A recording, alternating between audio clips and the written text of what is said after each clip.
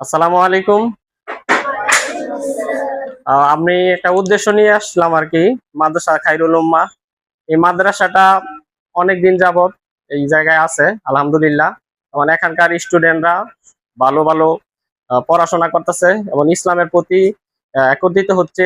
সেই সংবাদটা যখন চারদিকে ছড়িয়ে পড়েছে, এক ভাই প্রবাসী ভাই খুশি হয়ে তিনি এই মাদ্রাসার এতিম যারা রয়েছেন, এবং একটা মাদ্রাসা পরিচালনা করতে অনেক আর্থিকভাবে সহযোগিতার দরকার হয়, তারা কিন্তু পাশে দাঁড়িয়েছেন। এবং এই মাদ্রাসা আমার মতে আমার চোখের সামনে বড় হচ্ছে, এবং আস্তে আস্তে এই মাদ্রাসা থেকে অনেক দূর দূরান্ত থেকে ছাত্ররা এসে ইসলামী দ্বীনি শিক্ষা গ্রহণ করছে। এটা হচ্ছে এই গ্রামের জন্য একটি শান্তির অবিচল ছায়া।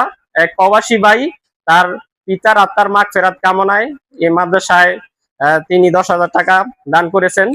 এবং আমরা যারা আরো দূর দূরান্ত থেকে প্রবাসে রয়েছেন, এই মাদ্রাসার দিকে আপনারা অবশ্যই চোখ রাখবেন, কারণ এই দ্বীনি মাদ্রাসায় চোখ রাখলে দুনিয়া ও আখিরাতে কল্যাণময়। এমন এই মাদ্রাসায় আমি জানি এখানে 150 জনের মতো বোর্ডিং এ শুধু ছাত্র রয়েছে, এবং এখানে শিক্ষার্থীরাও কিন্তু রয়েছে, মেয়েদেরকেও আলাদাভাবে এখানে শিক্ষার্থীরা পড়াশোনা করে, পাঠ্যক্রম ব্যবস্থা করা হয়। এটা হচ্ছে ইসলাম কোরআন সুন্নাহর একটি মৌলিক শিক্ষা। এই শিক্ষার মাধ্যমে যেন প্রত্যেকটা স্টুডেন্ট তাদের জীবনকে আলোকিত করে। আমার এই ছোট কাজ দেখে অন্য কেউ যদি অনুপ্রাণিত হন, তাহলে অবশ্যই সবাই খুশি হবে। ধন্যবাদ। আগামী বছর ইনশাল্লাহ আমাদের চিন্তা ভাবনা আছে নবম খোলার জন্য। এখানে আমাদের মানে সিলেবাস যেটা আছে, সিলেবাসটা হলো বাংলাদেশ যে মাদ্রাসা শিক্ষা বোর্ড আছে, এই মাদ্রাসা শিক্ষা বোর্ডের ক্লাস 1 থেকে 8 পর্যন্ত যে বাংলা ইংরেজি গণিত যে সাবজেক্টগুলো আছে এইগুলো আছে, এবং পাশাপাশি বাংলাদেশ আহলে হাদিস তালিমি বোর্ড যে বোর্ড যেটা আছে, এই বোর্ডের যে সিলেবাস আছে এই সিলেবাস গুলো আমাদের সম্পূর্ণ এখানে আছে আলহামদুলিল্লাহ। এই হলো আমাদের সংক্ষিপ্ত আমাদের মাদ্রাসার বর্তমান পরিস্থিতি, লেখাপড়া এবং ছাত্র সংখ্যার দিক দিয়ে।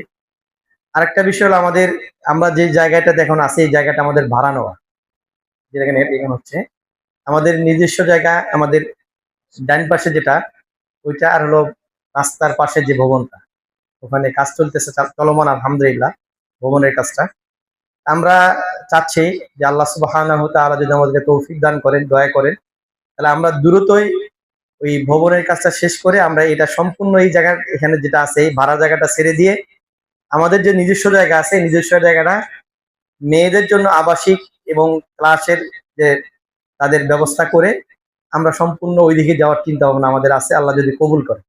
তাহলে আপনারা অবশ্যই যারা যেখানে আছেন আমার জন্য দোয়া করবেন, আল্লাহ সুবহানাহু ওয়া তাআলা যেন আমাদের তিনি প্রতিষ্ঠানটাকে কবুল করেন। আমিন। আসসালামু আলাইকুম।